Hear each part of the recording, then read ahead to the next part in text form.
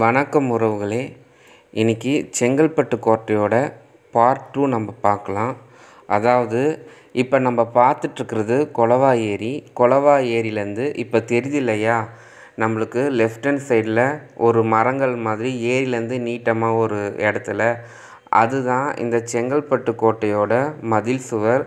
இந்த தொல்லியல் துறை இந்த கோட்டையை கண்டுக்காமல் விட்டதுனால அந்த கோட்டை சுவர்லெல்லாம் பார்த்திங்கன்னா பெரிய பெரிய மரங்கள்லாம் வளர்ந்து இப்போ அந்த கோட்டையே ஒரு சின்ன காடு மாதிரி ஆயிடுச்சு. அதாவது பெரிய பெரிய மரங்கள்லாம் வளர்ந்து அந்த கோட்டை சுவரையே மூடி மறைச்சிடுச்சு. ஆனால் இந்த கோட்டையில் இருக்க ஒரு கல்லையும் பார்த்திங்கன்னா அவ்வளவு பெரிய கல்லாக இருக்கும். இனி இப்படி ஒரு கோட்டையை நம்ம கட்ட முடியாது.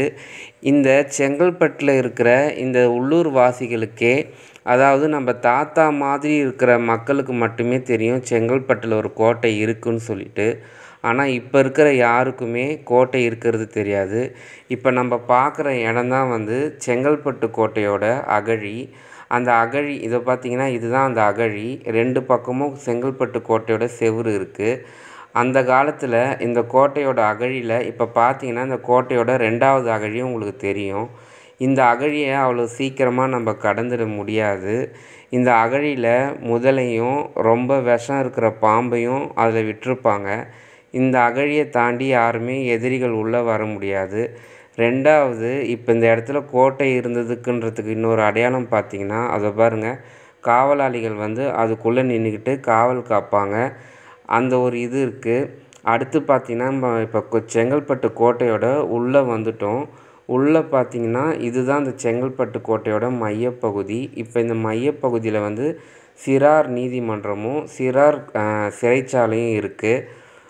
இப்போது இந்த இவ்வளோ ஒரு பழமை வாய்ந்த கோட்டையை நம்ம தமிழக தொல்லியல் துறை மறந்ததுனாலையும் சீரமைக்க மறந்ததுனாலையும் 16ஆம் நூற்றாண்டில் கட்டப்பட்ட இந்த கோட்டை இன்றைக்கி ஒரு சின்ன காடு மாதிரி மாறிடுச்சு.